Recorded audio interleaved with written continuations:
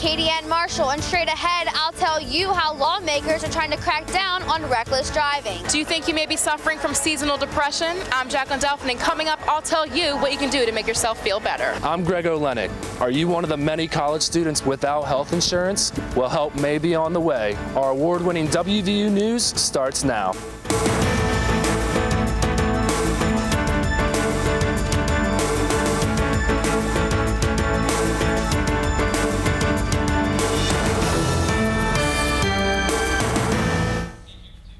Morgantown lawmakers are making changes to make sure the roads are safer for you and your family. I'm Jacqueline Delphin. And I'm Krista Baker. Ahead, we'll look at the texting ban that could be placed on all drivers. Here on WVU News, an award-winning newscast produced by television journalism students at West Virginia University. With the rapid increase of technology, more people are depending on their cell phones. That's right, Jacqueline. The increase in cell phone use behind the wheel is causing huge problems on the road for drivers. WVU News reporter Katie Ann Marshall joins us now in the studio. Katie Ann spoke with one individual who has experienced the consequences of texting and driving. Thanks, Jacqueline. West Virginia University student Ryan Kendra is among millions who have been affected by those who chose to text and drive. Last June, almost 200 billion text messages were sent or received in the U.S. Researchers say driving while using a cell phone reduces the amount of brain activity associated with driving by 37%. I talked to a lawmaker who says they are making traffic safety a top priority. The West Virginia Senate has approved a bill that will allow police to ticket drivers for texting or talking on their cell phones while driving. It was passed with a unanimous vote and has now been sent to the House. Sergeant Branham of the West Virginia State Police thinks passing a bill like this is a long time coming. I think the majority consensus vote, especially among law enforcement officers, is this bill should pass. That's just based on all the traffic crashes that we respond to. Probably the majority of the crashes are related to some sort of distracted driving, whether it be talking on a phone or texting. Texting takes the driver's focus off the road for an average of 4.6 seconds, which is enough time to travel the length of a football field going 55 miles per hour. WVU student Ryan Kendra was hit on his way home from school by a girl who was texting and driving. It was pretty surreal. I mean, honestly, I just remember flipping over twice, and I woke up, I kind of blacked out, and my mom was underneath me. My sister was, crying hysterically. These are pictures of the Kendra's family's car. And while no one died in this car wreck, in 2009, officials say nearly 6,000 people were killed in crashes involving distracted driving, and around 450,000 people were injured. I'm lucky to be alive, but the next person in that situation, might not be as fortunate.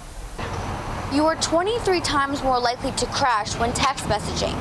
In this bill, texting while driving will be a primary offense, meaning police can stop you solely on texting, while talking on a cell phone will be a secondary offense. Similar legislation was killed last year after the Senate and the House could not agree on the wording of the bill, but lawmakers believe that this year the revised texting bill will pass in the House.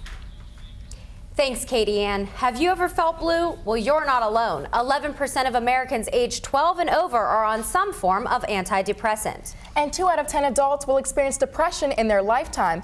Now doctors are prescribing exercise in addition to therapy and medication to help with seasonal depression. I found one student who is trying to cope with the winter blues. When the leaves start to fall and snow appears on the ground, it can negatively affect your mood. Michaela Williams can relate because she has seasonal depression that is also known as seasonal affective disorder.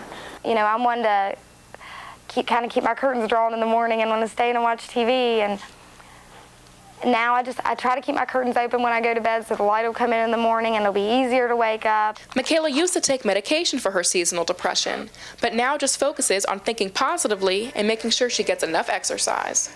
Having something to look forward to, something to do every day, having that sense of, I did this today, I feel good about myself. It really gets you out of the house and gets you going, not only physically but mentally too.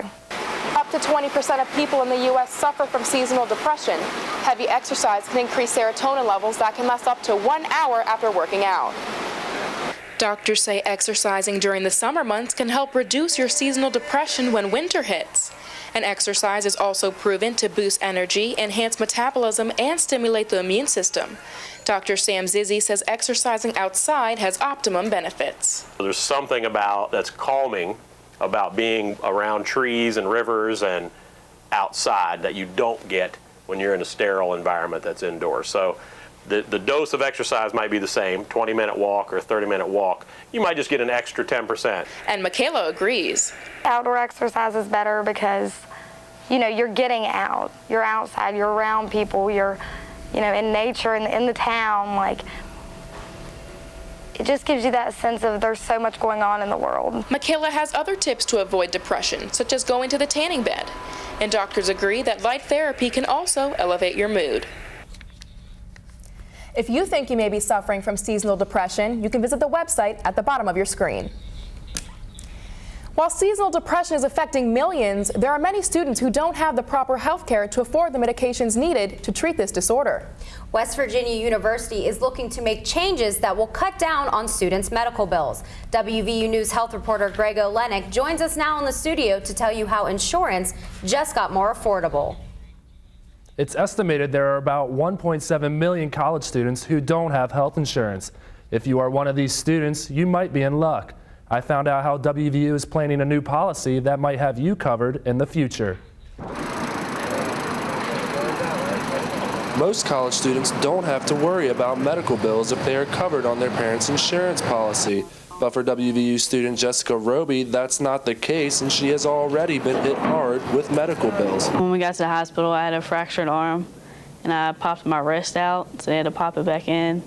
And I had like bruises and cuts on my back. Well, WVU Director Jan Palmer knows the importance of being covered and stresses that every student should be insured when they go off to college. The reason for health insurance really is in case you get more seriously ill than the services that are available through WVU. Say if you have appendicitis, or if you fall skiing and break your leg, or something like that where you need a surgeon or hospitalization. Students face many risks when they are in college and can suffer from injuries which may lead to paying off a major debt or even dropping out of school because of it. About 1 out of every 5 college students are uninsured. If WVU were to require health insurance, these students could spend more time focusing on class and less on paying back their medical bills. WVU is in the beginning stages of implementing mandatory health insurance, so students won't have to worry about dealing with expensive medical bills. If they have health insurance, it covers the medical bills, and assuming the medical care is able to take care of their problem, then they're back in school and that bill's taken care of. For me, I'm trying to also be prepared for when I graduate to pay my loans and stuff.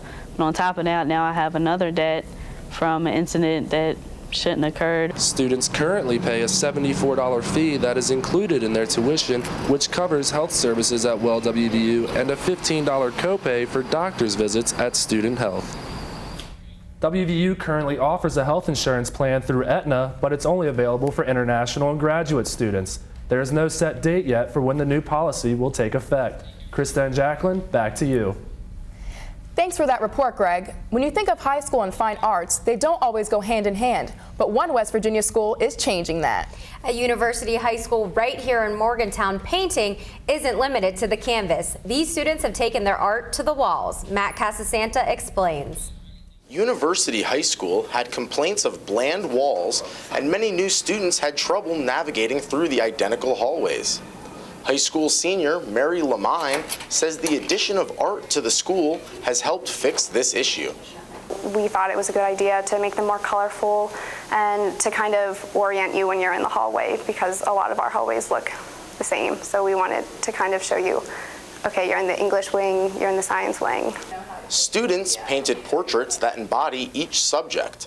It would only be fitting to find historical figures in the social studies wing or Albert Einstein in the math hallway. Each academic wing has at least 4 student-painted portraits.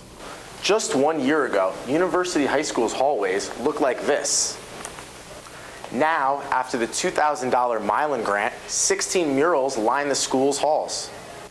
Irma Barazzoni is the school's art teacher and knows how important this project is to her students. I believe it's going to become a tradition that the outgoing older art kids, even if we wanted to quit painting them, I don't think it's going to happen. That's the mark that they leave behind, and that they will come back to 20 years from now, 15 years from now with their own children and say, Mommy did that.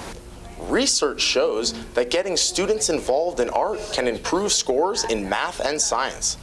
This year, the school plans on adding many more portraits to their hallways, and students will continue to leave their mark on the walls of University High School. Matt Casasana, WVU News, Morgantown. These portraits have sparked interest across the state, Krista. And many other schools are following in University High School's footsteps by incorporating more art. But coming up in sports, reporter John Rutter tells us how West Virginia University fans feels about the big move to the Big 12. Straight ahead on WVU News, I'm John Rutter, and I'll tell you what fans in these stands are saying about the official settlement between West Virginia and the Big East Conference.